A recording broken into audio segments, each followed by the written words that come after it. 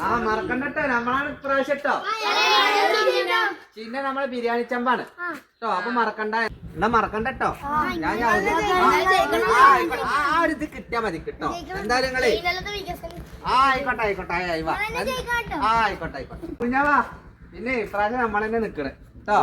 ആയിക്കോട്ടെ ആയിക്കോട്ടെ അപ്പൊ ഞാൻ ബിരിയാണി ചെമ്പാണ് അപ്പൊ ഇനി മറക്കണ്ട ആയിക്കോട്ടെ ഇപ്രാവശ്യം ഉണ്ടാവേ നമ്മളെ സപ്പോർട്ട് തന്നെയാണ് നമ്മളെ വിജയ് കേട്ടോ ആ മക്കളെ കളിക്കാ അടിപൊളിയായിക്കൊല്ലോ അല്ലേ എന്താ പന്തിന്റെ പാട്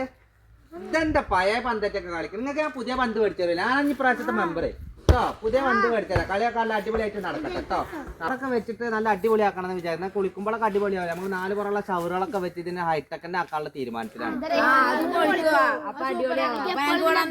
ആ അതന്നെ നമ്മളെ ആവശ്യം കേട്ടോ എന്നാ പോട്ടെ കേട്ടോ